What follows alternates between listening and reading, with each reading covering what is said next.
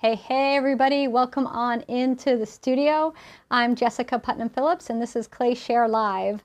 This week we're going to be doing a Sgraffito tutorial using DiamondCore Tools. And we're also going to be giving away 4 prizes from DiamondCore Tools. We're going to be giving away a set of their new ribs, which were demoed last week because I was not here, I was sick. And this week we're going to be giving away, in addition to the 2 from last week, a set of 3 DiamondCore Tools stylus tools. So it's the L1, L2, and my ultimate favorite, the L3, right here. So 2 lucky people are going to win this prize. These tools are like $48 a piece, so this is a really nice prize. Now we do have a promo going, and we'll share all that info for the entire month with DiamondCore Tools, so you can save, because it's Clay Share month on DiamondCore Tools, and here on Clay Share it's DiamondCore Tool month. So. Hey. All right, so in this broadcast, we're just going to talk about Sgraffito a bit, get into the history, a teeny tiny, not really much, just a little bit. And then we'll do some actual demos, and I'll show you some finished pieces. And then for my premium members at 6:15, we're going to have another live broadcast, and we're going to be doing a full-length tutorial. I'm going to teach you how to make this cone flower Sgraffito design. So that's going to happen at 6:15. So we'll be doing that then. So a lot of good stuff tonight. So hi everybody, nice to see you all here. Yeah, so let's talk about Sgraffito. Sgraffito is a technique where we carve into the ceramic surface, the clay surface. It is usually done on leather hard to bone dry pottery. You do not do this on bisqueware. This won't work. It would be almost impossible to carve into bisqueware. The clay is just too hard, so it needs to have some give. I like a really nice dry leather hard, but not bone dry. And the reason I don't like bone dry clay is it does create a lot of dust in our studio, and I really don't want that, nor do you. So I like to do what I call chocolate bar dryness, which is a little drier than leather hard, but not bone dry. So it's somewhere in the middle there. And I've got a bunch of different pieces here to share with you. And so what makes Sgraffito different than regular carving in clay is the fact that you put something else on the surface that contrasts with the color of the clay body. So you can put slip on the surface, and you could put an underglaze on the surface, which is what I mostly use. So if your clay is a light clay body, so if you're using like a B-mix or a porcelain or another light clay, that's what this one here, you're going to want to use a dark colored slip or underglaze, either black or something no lighter than the mid-tone range, because you want contrast. The lines you carve, you're going to actually carve through that slip or underglaze and reveal the clay body, and that's what creates your lines. So you need to have a contrast. Now you can do the opposite. If you like to use a dark clay, you can put a white or light colored slip or underglaze on there and carve through that, showing the dark clay body. So it's up to you which way you like to work, but the thing that really makes this happen and makes it stand out is the contrast that we have between the underglaze or slip and the clay body. So I hope that makes a lot of sense to folks out there. You can use colors. You don't have to just use black. I do have a full-length Sgraffito tutorial class, which is a great place to start if you've never done Sgraffito before, and I share with you my homemade slip recipe, which is what I use here. It's just 50% Gerstley borate, 50% red iron oxide, mix it up to the consistency of yogurt, and then I brush it on, and then I carve through it, and it is just an amazing thing. We're gonna go to camera 2 so I can get you guys some close-ups, and Instagram folks aren't gonna be able to see it all. Sorry, I'll show you something on the side. All right, so this is my slip mixed up and applied, usually 2 coats of it. If it's really thick, maybe just 1 coat, and then that's just black on the bottom. But you can see all that carving that I did, and the clay color is this light color. Looks a little greenish blue because I used my chun as the glaze. And so that's one cool thing, is depending on what you use for glaze, it can change how the finished product looks. Here's one done with Speedball's black underglaze right here. So I applied Speedball's black underglaze to the entire surface of this pot, and then I carved through it. And the light color you're seeing, that there is the clay body, and that's Laguna B-Mix. And then I glazed this with my Chun Blue. And so you can see how the chun opalizes on that black underglaze. It also opalizes on the slip that I make, the iron oxide slip. You could also use an iron oxide wash if you wanted to, or any other colored wash. Let me show you an example. This is with cobalt carbonate right here. So this is cobalt carbonate 80%, Gersley borate 20%. And so you get a blue when you do it that way, and you mix it up the same way as you do the Gersley borate with the iron oxide, except we're using the cobalt. It's a little expensive to make because cobalt's not cheap, but look at the result. Isn't that great? And again, that's my chun blue on top, so it creates this really nice kind of milky effect coming through. Isn't that pretty? Instagram folks can see. And now here's one I did using speedball underglazes. And this one I applied bands of color. I used black, I used their royal blue, turquoise, and aqua. And I applied that to the surface, and then I carved my design. And I believe I used clear glaze on the body and then my chun on the rim. So you can see those. I'll show that to the Instagram folks. That's the one, it's like an ombre effect. Now here's another one that I did using that Gersley borate red iron oxide slip or wash. You don't have to use it as a heavy slip, you know, you can thin it down. But I didn't apply it to the whole piece. Look at that. See if I can turn this around. See how there's nothing happening on the back? All the excitement's on the front. That's a really fun thing to do. And carving takes a long time, so sometimes it's nice to have a piece that doesn't take so long because you didn't carve the entire surface, and we're going to actually talk about that a little more right now. So here's a piece that I did where I only put the slip on a few places, and you can see where the slip was applied, and then carved. And then the glaze on that one is my oribe, and it just turned out amazing. Let you guys see that. So that's the Gersley borate slip with my oribe dipped over. And so the green, even though you might think this grass green glaze would hide, it doesn't at all. It doesn't hide it at all. I'll let you guys see. And I got another vase I did with the iron oxide and with the oribe. And you see how that's... I applied the slip to the entire piece. I think this looks best from the top. And then I just carved my pattern down. Down, down, down, down, down, down. Here's the bottom. And then I put the oribe on it and fired it, just like you do. So there's this one. And I got one more to share with everybody. So here's one. This is a fun way to combine stamping.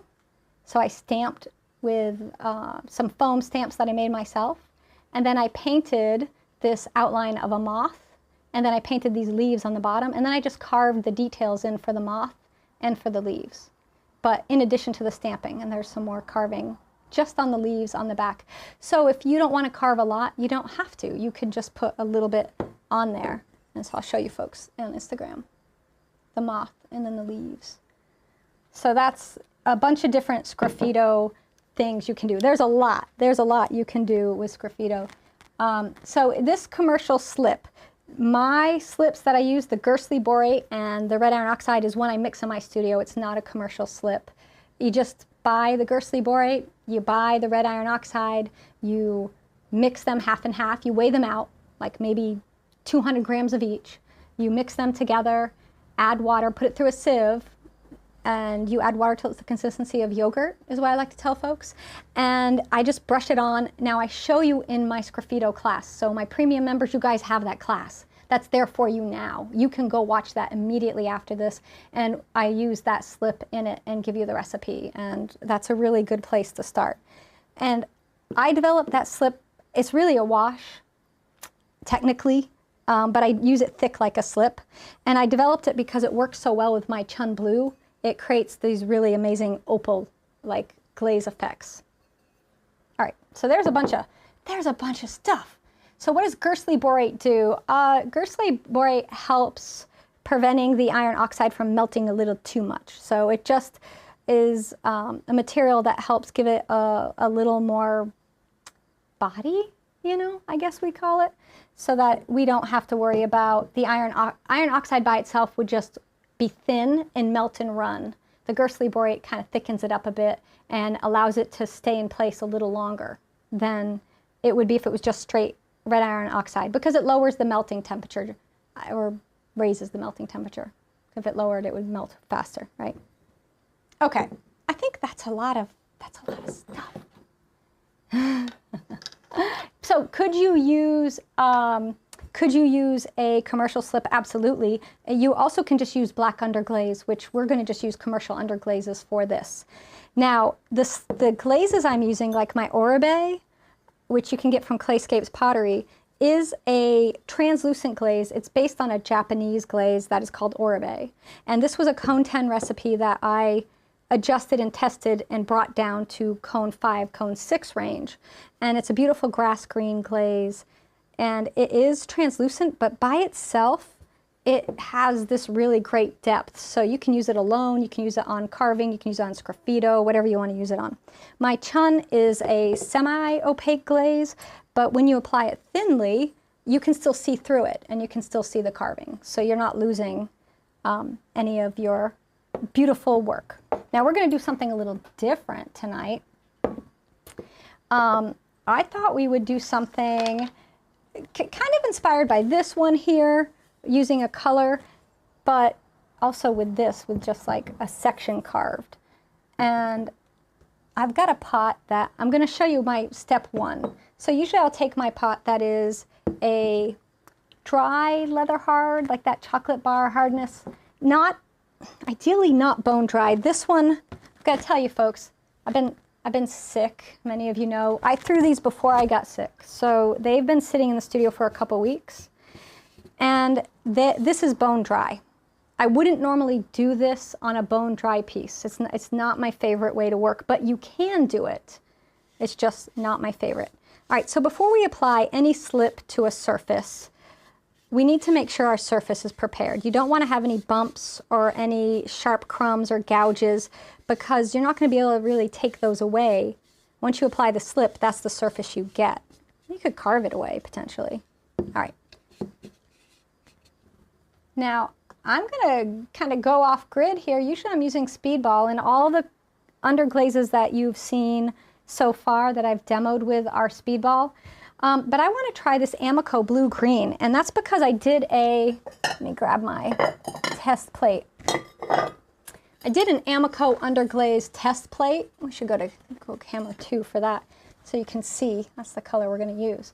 So I did this Amico test plate using their underglazes, and I really love these colors here. And look at this blue-green.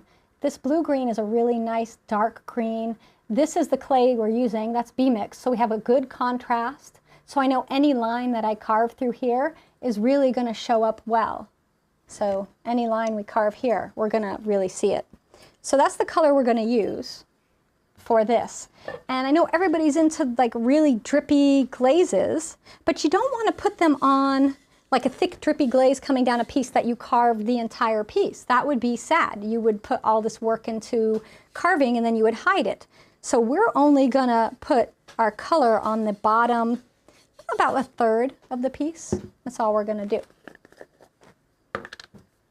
All right, I have got Amico blue-green velvet underglaze, and I've got a Sumi brush, S-U-M-I. These are calligraphy brushes used in Japanese and Chinese calligraphy and traditional bamboo brushes, but you can really use any brush you like to work with. And I'm going to apply this. Now, I have found that the Amico velvet line of underglazes, if you put them on the bottom of your pot, I have not had them stick. So if any of you have had experiences with them sticking, please let us all know. Now we're going to apply this by doing just kind of a crazy big wave. See how I just did that? Just brush it on. And the reason I'm making it sort of a wave is when we apply the glaze, we actually will put the glaze down on this part here just a little bit. But we don't want that glaze to be a straight band of a line. That's boring. We don't want that. We want to have movement. So you want to have some wiggle, right? So you want to have some little wiggly bits happening. So wiggle it up a little bit. You know, do a couple different wiggles in there. Kind of think about waves, right? As your inspiration.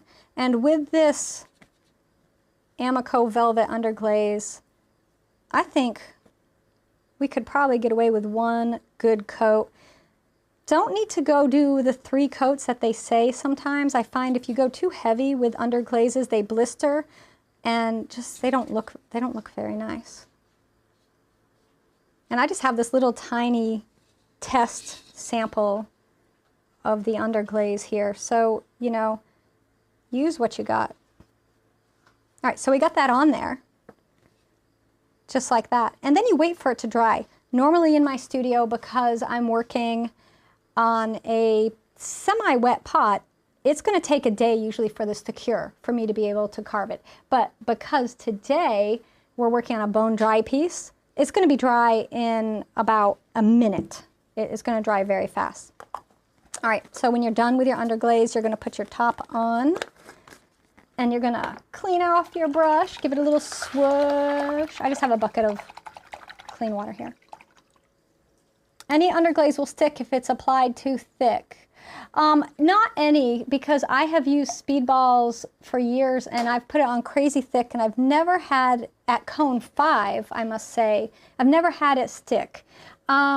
It does depend on the product, if there's any glaze material in there or any fluxes in there. The blues are more prone to, because anything that has blue in it fluxes usually a little more. You'll notice if you take your pieces a little hot and you're using a blue underglaze, it'll run a little bit. So that's because of the blue colorants in there, which is usually derived from cobalts. All right, I'm gonna put a piece of plastic. This is just the plastic you buy for winterizing your windows. This is like one of my favorites to use. So I also have one I did in black, so you can see the difference. I have a black wave going on. That one's already signed. And the blue wave. I think we'll carve the blue one. I think that'll be more fun tonight. Yeah, some Amico velvets will stick. And so not having used many of the Amico velvets, a little damp right there, I can't attest to them all and if they stick or not. I had heard that they're jet black sticks, but not the velour black, I believe is what I'm hearing from some folks. So yeah, definitely share that info. I know Speedball's black never sticks. I mean, I put that all over the bottom of pots and I never have any problems. So we're going to start, I think we'll use this one.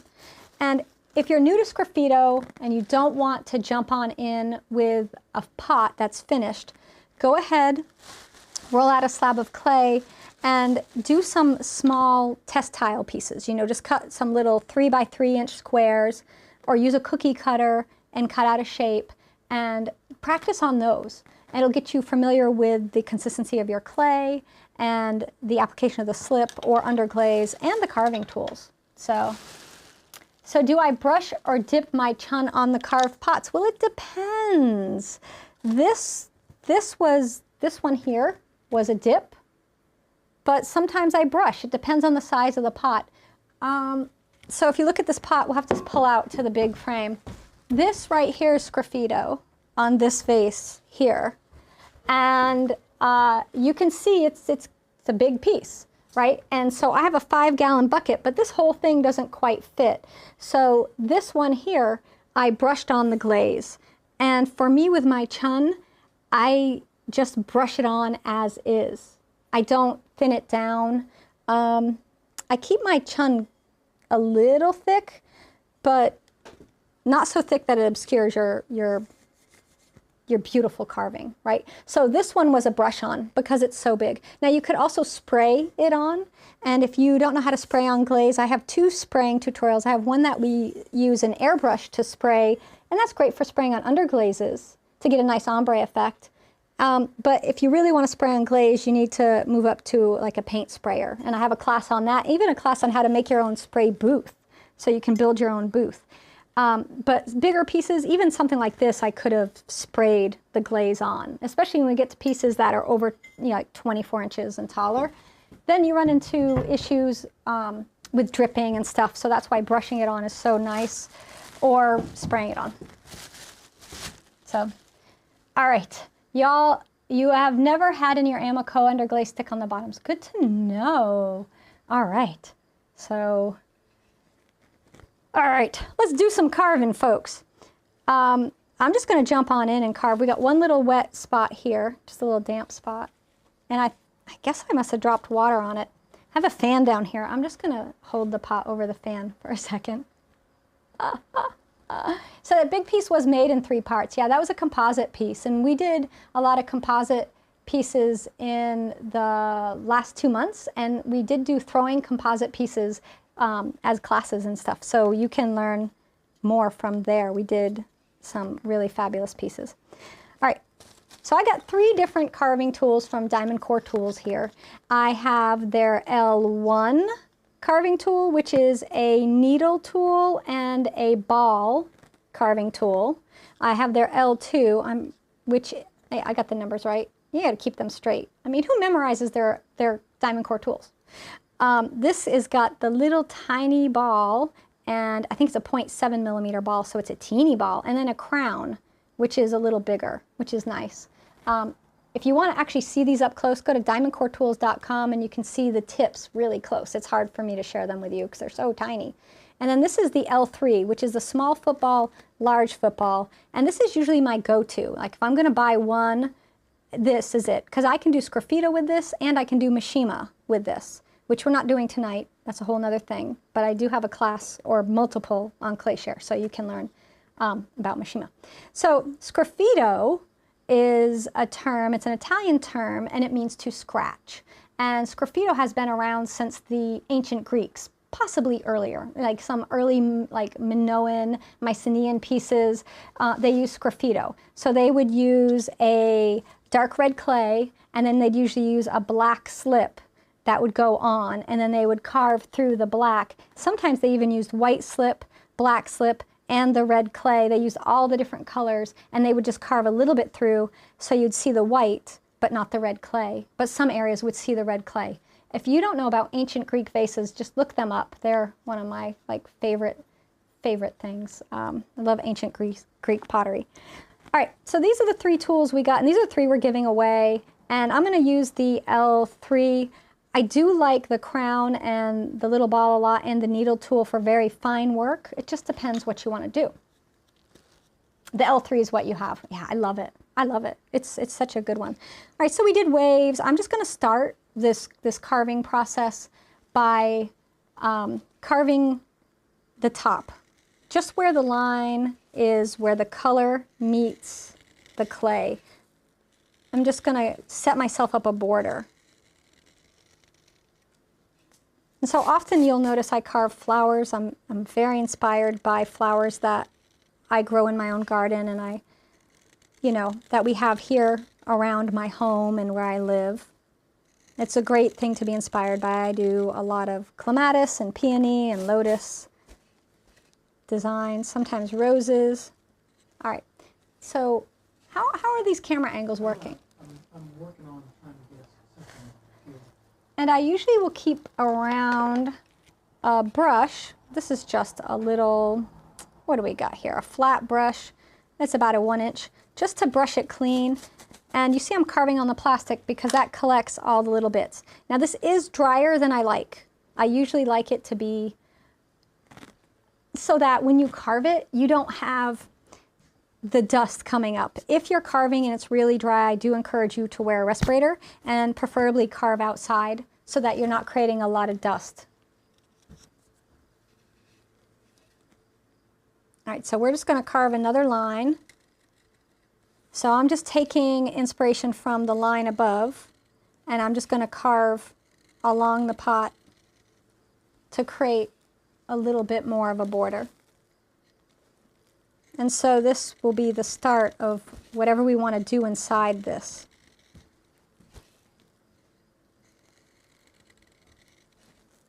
And what I love about this particular design that I'm showing you tonight is a lot of folks think they have to be able to draw to carve, and you don't. You actually don't have to be able to draw at all. I mean, it's much more intuitive to do carving than it is to draw, I think. Although I do have drawing classes for folks that want to learn how to draw on pottery. It's, specifically designed for potters. You're going to go, Overhead. you're on the overhead? I don't know where you are. So how much pressure am I using? Not a lot. I mean, I just want to break the surface and get down into the clay. I don't want to, this isn't faceting. We're not gouging chunks out. I mean, if you make your pots a little thick, you can use your carving to get rid of some of that excess thickness, right? All right, so we have this beautiful curve happening up there. Let's mimic that curve down here. So I'm just going to go ahead and do some curves following the top there. And so we'll just go around. And I'm not worried about any dust from the clay getting on the underglaze. We're going to brush that off. It won't show. Every once in a while you want to just scoot your plastic so that the little bits fall off. And this really is too dry, so I want to make sure everybody's well aware that I don't recommend carving this dry. But sometimes things in life happen and you got to make do. That's where I'm at. So this is kind of like waves is what we're going for, right? Like an ocean-y thing. It's summertime here, so why not? So Frankie, you didn't know that they were this interested in Sgraffito, and now they're going to try it. It's really fun. All right, so let's go ahead, and since we made this band here, let's make this band a little thicker here. So instead of just a line. Because in Sgraffito, it's the negative space that really makes our design. And that's what the line is. So we'll just go ahead and carve all the way around. I didn't talk much about my little foam piece. You could use egg crate. I really like to set it on something soft because if I sit it on the hard table and work on that, you know, your pots are delicate. It could tend to flatten that, and I don't want to do that.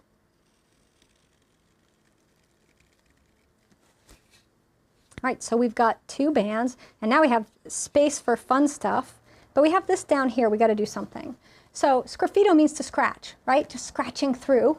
So let's just scratch, and I did use the L3, but let's do one of the other two since I'm always using the L3. Let's go with the needle tool, the needle tip. This is L1, the needle and ball. And I'm just going to do some tiny little vertical lines, vertical scratching, just down, starting from the line and just pulling it down.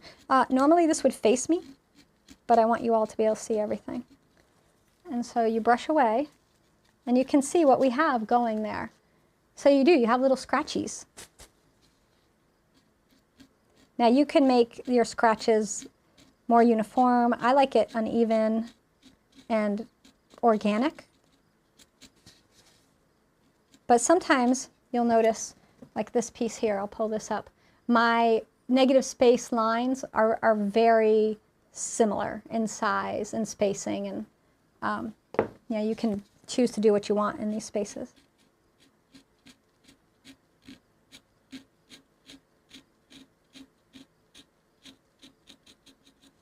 And you can hear it scratching along. Now the great thing about DiamondCore Tools, DiamondCore Tools is just silly to say, but the great thing about them is even on a bone dry pot, you can carve. Sometimes if you have a really dry pot and you try to carve, the slip or underglaze will just flake right off because your carving tool is not sharp enough. So it'll actually pull it off. And some of you might have had that happen. Now, if this was a little wetter, we would get the same result. It's just I wouldn't have as much dust. This is generating much more than it should.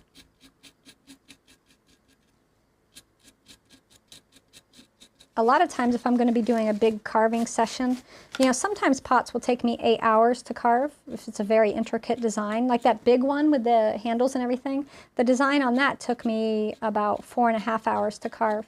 So if I'm going to be doing that, I like to sit outside where I can carve in an area that you don't have to worry about where all the little clay dusty bits are going. All right, so see, we got some carving happening. Look at that. It gets better, I promise. All right, so we have this middle area. I'm going back to my L3 using the small football, and I'm just going to do another line. You know, we plan to put a very drippy glaze on that's going to cover some of this. That's why I'm not doing a crazy intricate design. I'm doing something simple and fun. So I'm just going to do a second bar, and then we'll fill in the inside of these with some sort of pattern. And I find, do you see how I'm doing this here? I'm turning the pot and my hand at the same time. You know, if we try to turn our wrists all around, we're going to injure ourselves. So use the pot's shape, you know, and just curve the pot too.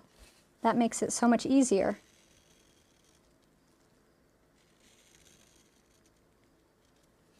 All right, so we have now 3 bands and then 2 negative areas yet to carve. So let's take the needle and ball. Let's do something with the, you know what? We did the needle. Let's do the ball. Why not?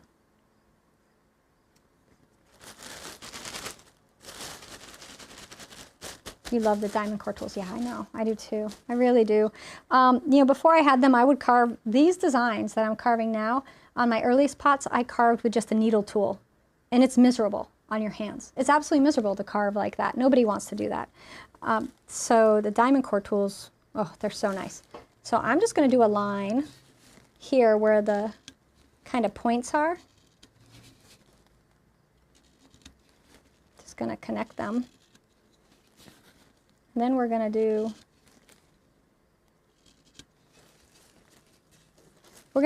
angles. So we did straight lines there. Let's do an angle coming out. And so I'm just going to do a little curvy line. Let me show you what we got going. See, so we've got something kind of interesting going on there. And do that for a bit, and then switch and turn your angle. And so we got a little curve going, a little diagonal line, but the line isn't straight. It's got a little curve, which creates this really nice, almost, could kind of consider it like a basket weave pattern. And then we'll come up from the bottom there. So look at this little panel we have here. Are you on 2? See the little panel we just did? How great is that?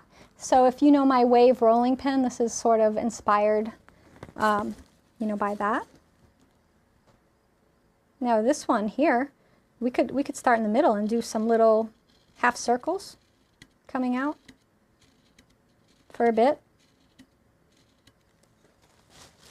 So you can really play with pattern in these little areas, and you could do lots of very intricate patterns if you like to, you know, do that, or you can just do simple lines. They look great, and that's the awesome thing about Sgraffito. Let's do coming up from the bottom here.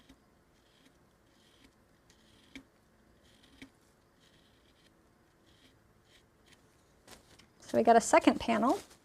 So let's see the two panels we have. And do you see how this band here, this band of color really is so important because it sets up the framework for this to shine.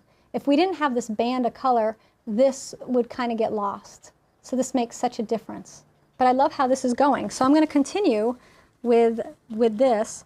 Let's go ahead and start from the top on this side and just come down. And if you wanted to do diagonals that were a little more straight, do them. I really carve freehand. Most of the time I don't usually trace designs unless I'm asked to do a piece.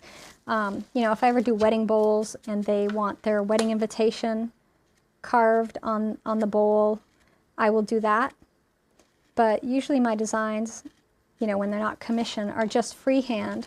Even the coneflower design we're all going to do in prime time for my premium members, even that we do freehand. And I'm going to show you how to do it and how easy it is to do coneflowers. and coneflowers are daisies or echinacea, you know, anything in that family.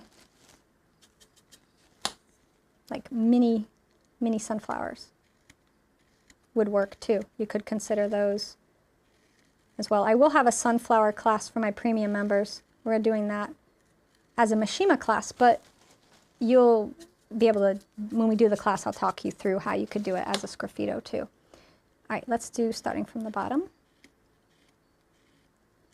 So this is a process that you don't do when you only got 5 minutes, right? This is the kind of thing you do when you've got a chunk of time. You want to slow down a bit. You want to, you know, spend some time really enjoying pottery making. And that's what this is all about. You know, the whole purpose of doing this to our surfaces is to do something that, yeah, it's creating a beautiful design, but it's also a wonderful way to spend our time making these beautiful carvings. So you just tried your L1 on bone dry piece and you forgot to complete your Sgraffito signature when it was leather hard, and it worked perfectly. They're so sharp, I know. Although you know how I'm very big on studio safety. This is not, I would never, this piece wasn't going to get Sgraffito. This piece was just going to get glazed, and that's it. That was going to be it. But I wasn't feeling well enough to come out. And today's the first day that I've really felt almost normal. So that's huge. It's been like 10 days. So let's go down here and we'll do some more curves. So I'm just alternating carving from the top, carving from the bottom. And I do rest my hands on the pieces. You know, so your clay cannot be so soft that if you do that, it dents it. You got to make sure that it's at least dry enough to support your hand, which it will be at little drier than bone dry. It'll be fine. Let's do something different. Let's come in here.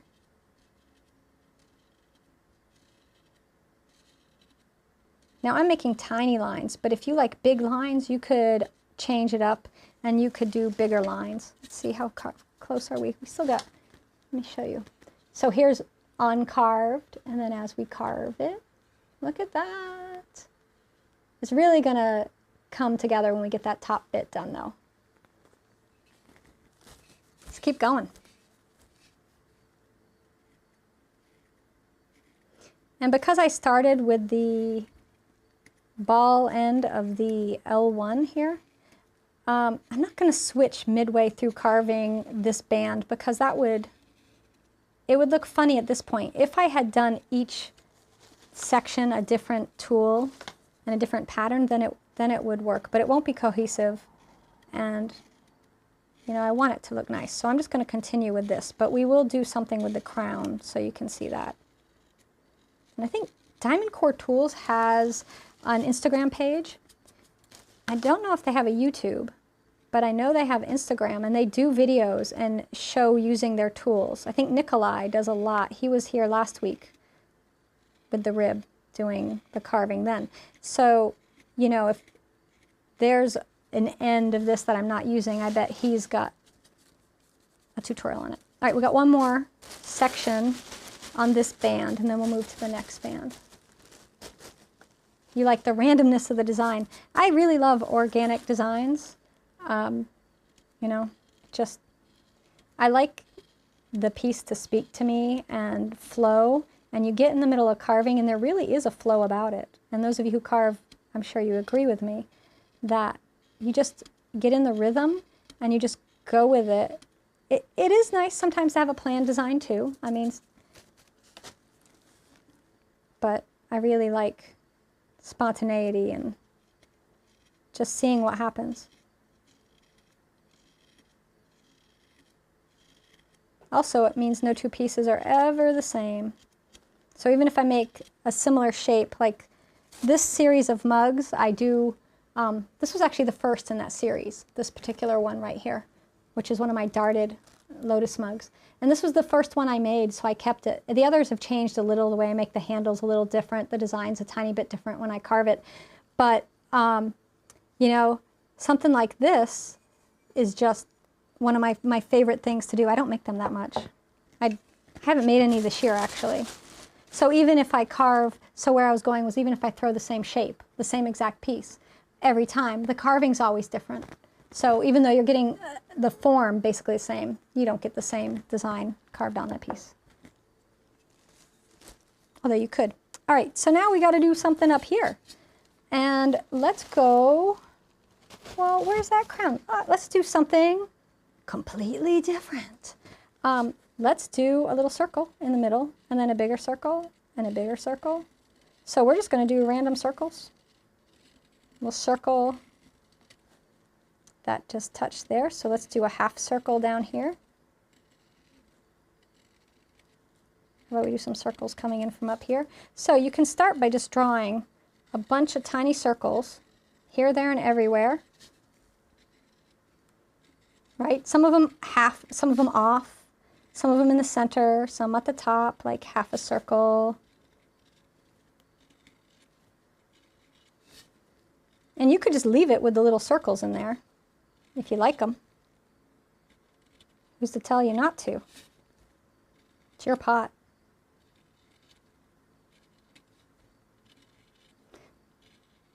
So now we've got a whole bunch of little circles. So those are our guides, right? And then we just go in and just draw another circle, and then another circle, and the circle goes off and ends, right? And it touches and it interacts with the other lines, and they kind of will work with each other. Let's do a circle here.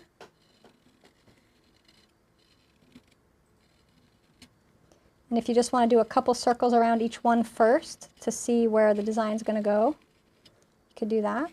Because you're going to have areas where you have to pick which line you continue. You know, when the two circles' outer rings touch each other, you have to pick which circle line do you keep working with.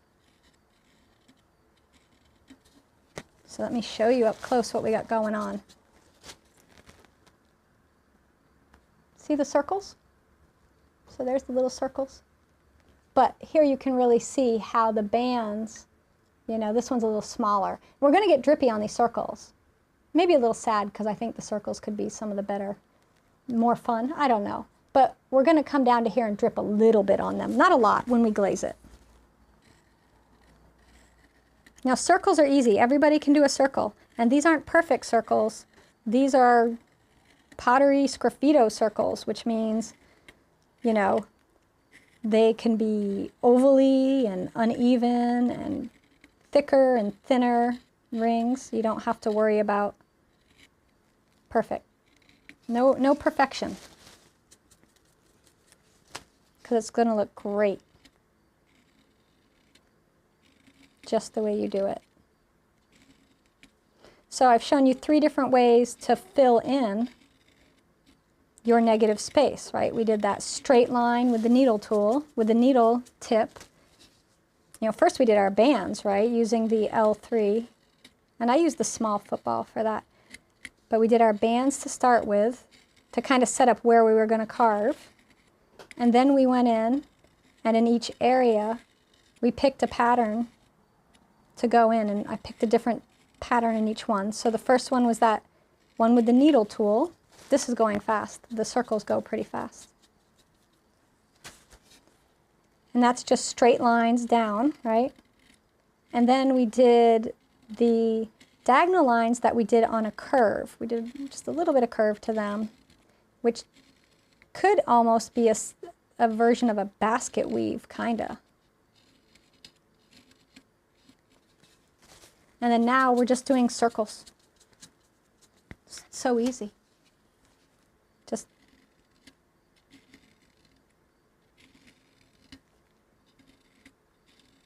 nothing fancy going on at all. So here we have an area where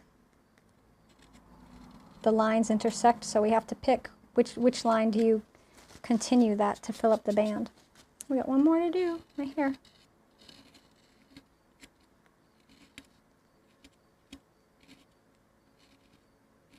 and it's done. So I'm just going to clean out. And then I'll show you the circles. So this color is going to go a dark teal, a really dark color. And then the white clay is going to stay a nice creamy light clay. So you're really going to see. I'm going to show the Instagram folks for a sec because they couldn't see. Look at that. Now I have to sign it. And so I brushed on a little cloud blob shape on the bottom. So if it sticks, someone can tell me I told you so with the Amico. If I was using Speedball, I wouldn't be worried at all because I do it all the time. So let's sign my name. You don't want to sign my name though. You're going to sign your name on the bottom. I have a free video, it's even on my YouTube channel, 5 ways to sign your work, and this is one of them, the Sgraffito. But, you know, sometimes I stamp the bottom of my pots, especially when I'm using a textured rolling pin and I'm rolling out, you know, here's like this piece here, and then the bottom, say like that. So get the focus to decide to come join me. There we go. So this is one of my drawings that we made into a rolling pin, my wave drawing. But don't you see the circles in here? The little circles we just did? Yeah. And those diagonal lines. And then on the bottom, let's see, I signed this one right here with my stamp. So that's how this one's signed. It's just a little stamp. Sometimes I stamp the bottom. Yep, there's texture down there. So there's the stamp right there in the bottom. So you can see that. But here, we're doing Sgraffito because with the whole piece is, well, the design on the top bit is Sgraffito, so it just works with it. So I put my name on there, and then I do a border of leaves carved in. Sometimes I do swirlies. It just depends how I'm feeling for the piece. Swirlies would have worked. All right, so there's the bottom signed. There. All right. So optical illusion makes the bottom look fluted or squared off with the patterning, right? With that pattern we did. So this piece here, when we glaze it, you know, we'll glaze the inside with one color. I'll put something on the inside. And then the outside, I'm gonna put a glaze that's more opaque up here because we don't have anything to show through. We have no carving, we have no texture. And then when we get here, I'm going to put a clear glaze on the bottom, probably right up to here, and then there'll be a bit of overlap, and there'll be a bit of melt. So I'll glaze this for you guys. We'll glaze this together when it's out of the kiln. But yeah, that's pretty cool. Now I got to switch glasses because these are my super magnifying carving glasses. I can't see anything except stuff that's 6 inches from my face. So I'm trying to read comments with them, and I'm like, I can't see those. So do I intend to leave some of the grasses not connected? The lines not connected? Yeah. Yeah, I do. You can make them all connect, you know. All right, so after you did all your carving, you're going to take your little bag of dusty carving bits and take them outside or dust them, you know. You can take them outside and let them kind of go as long as the wind is blowing away from you. Don't blow them into your face. Or you take them and you just shake them off into a bucket. Oh, my brush is in there. And then you just shake them off into a bucket of water in your studio. And then that way you don't have to worry about, there's a carving tool in there too. You never know what you're going to get in a bucket of water. So yeah, we'll clear glaze the bottom and the top. Remember, the top's going to look, when it's done, it's going to be this blue-green. So it's going to be a dark, a bluish evergreen. So if you think of like a hunter green or evergreen color, it's a blue, like a blue spruce, right? It's a dark green. And because that's the color it's going to be, we have to decide on a glaze that will pair nicely with that color and show it off. So you'll have to just wait and we'll pick a color out to see. So did I throw that pot? I did. This one was thrown. This one right here was wheel thrown. But I carve wheel thrown, I carve hand built, it doesn't matter. If slip cast, if I have it, if it sits still, I'll carve it. Yes, that's true. Just depends. I was seeing if I had any hand-built carved pieces right nearby me. I don't. We got some plates we're going to be carving. And this is, well, actually I do. What am I talking about? Here's a Sgraffito hand-built. This is one of our, here, go to camera 2. So this is one of our pieces from our clay share wall canvases. We did our ceramic canvases, or our clay canvases, I think I call it. And I Sgraffitoed it. So it's going to hang on the wall and be just a beautiful piece of artwork. But you could put this design on a mug or a plate. We're going to do this on a plate next in prime time. So those of you who maybe don't want to make pieces that just hang on the wall. But you know, by making pieces like this, you get around the folks at the art festivals that say, I have no more room in my cabinets. And it's like, oh, well, beautiful, because this hangs on the wall. Just, you got to have a little space. You can just stick it on the wall. All right. So yeah, this will get glazed. I'm going to try not to do my chun, even though that's the one. I think I might use my spearmint on it. I think the spearmint would be gorgeous with this. And then where the spearmint meets and we want some melty, I might brush on a bit of Clayscapes cream on that overlap, but not too much because we don't want to lose all of that. We just want to nudge it to the end. And then the colored part, I will definitely do clear, although you don't have to. You could leave it a matte if you wanted a contrast to surfaces. So you have like a matte surface and a gloss surface. All right, giveaway time. My favorite time. I love giveaway. Now, I don't actually have the metal ribs that we did the demo on with Nikolai last week because Nikolai wasn't here. He was in his space. But we're giving away 2 sets of those. Are those the first 2? Yeah. Top 2 here that I got. So we're going to give away 2 of those sets. Is it 3 ribs you get? Yep. 3 ribs. So we're giving those away. And then 2 sets of the Diamond Stylus tool set. This is a quite a prize. All right. You vote for spearmint too? Yes. So is it possible to build a vase like that? Hand build a vase like that. You could coil build it. We do. I mean, folks, this is a hand built vase. You make it taller, change your shape up. This is the, is this a ruffled planter class? We actually do a taller version in the class. You could hand-build a vase in this shape, absolutely. I mean, you've seen my hand-built mugs that look wheel thrown. You can get any shape you want when you're voluming out. All right, we gotta give away stuff. You ready to win? We love giveaways, though you never, one day you'll win. You gotta win sometime. All right. The first winner of the DiamondCore Tools 3 set of ribs is Connie Jo Benedict. Congrats, Connie Jo. You're going to get yourself that set of 3 DiamondCore Tool ribs. And so Diana says she made the ruffled planter taller, added a handle, and made it into a tea pitcher and sold it immediately. Right? I did a taller version. I think I sold mine. And I didn't put a handle on it, but I did do the taller one. I bet it was amazing. Yeah, and these little guys were a fun tutorial we did too. Those little pollinator drinkers.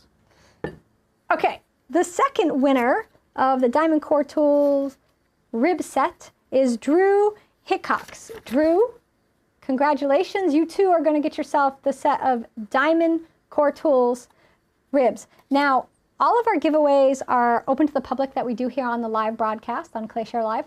And the way you enter is you just go to clayshare.com and you sign up for our email list. Now, we also have hundreds of full-length classes and thousands of premium videos, and you can do a 7-day free trial. And it auto-renews for you. So you don't, if you love it, you just don't do anything, which is brilliant because, you know, you would hate it to cancel and you lose your membership. Okay, now we gave away the 2 rib sets. Now we're going to give away these I'm showing the Instagram folks so they get to see. Because I always feel so bad for the people on Instagram. I love them, and they only get one camera view because Instagram doesn't play nice with all of our plugins, so we can't have the like 4 camera view that you guys get. And so when I'm talking about something, they don't even see the pot. They don't know what's going on. So I try to give you guys a little extra love. Okay, first winner of the 3-pack of the Diamond Stylus carving tools. You'll have everything you need. Oh my gosh, so excited for you guys. The first winner is Jeanette Chandler. Jeanette Chandler, I got you some DiamondCore Tools. That's right. My understanding is when we drew these names, the names were already sent to DiamondCore Tools, so they know you won. So, awesome, right? You love the ruffled planter. Yeah, so try making that. I think you will love it. And, you know, you can always make it smaller, bigger. I mean, whatever you want to do, right? Very cool. One more winner for the Diamond Stylus tool. We're giving away stuff next week, too, on Wednesday. I don't know what we're giving yet. Next week, I'm dragging it out a little minute because, you know, we're going to do a tutorial using the handheld extruders. I actually made the handles. That handle I made with, you gotta go camera 2, with one of these extruders that's in the cup. I don't have all of the handheld extruders that DiamondCore Tool makes, but I have quite a few. And we're going to be probably giving away some of those. So we're going to do tutorials using those. And we've done trays with them. I do mugs. I do all kinds of things with them. You can use them for feet. We made feet one night. We made a rim. We did all kinds of stuff. Okay, are you ready to find out who's the last winner of the DiamondCore Tools Diamond Stylus 3-piece carving set? That would be Susan Hellard. Susan, we have a lot of Susans, so I knew if I paused after Susan, everybody would be like, oh, all the Susans. I would like to, wouldn't that be cool if I could say all the Susans win? Like every Susan. That'd be good. I don't have that power though, yet. All right, congratulations to all of our winners. You will be put in touch with DiamondCore Tools and they will send you your prize. Thank you to everybody else who joined us. A huge thank you actually to DiamondCore Tools for sponsoring this whole month of awesomeness on ClayShare. Yeah, lots of good stuff. So, hope you all had fun. It was suspenseful for Susan. Oh, this, I'm sorry. All right. Well, thank you very much for joining me tonight. Remember, go to clayshare.com and check out what we got. You can just browse for free. You don't got to sign up at all, and check out all the free broadcasts we have and free content we have on there. If you want to check out the premium classes, well, just sign up for the free trial and you get to access everything. You know, premium members also get discount on our world-class workshops that we offer from some of the biggest names in ceramics. And we also have discounts for our premium members on textured rolling pins, on downloadable rim templates, ClayShare merchandise, all kinds of things. So, and special partner offers. All right, that's all I got tonight. Premium members, I'll see you in a few. Everybody else, I'll see y'all next week. Bye, everybody.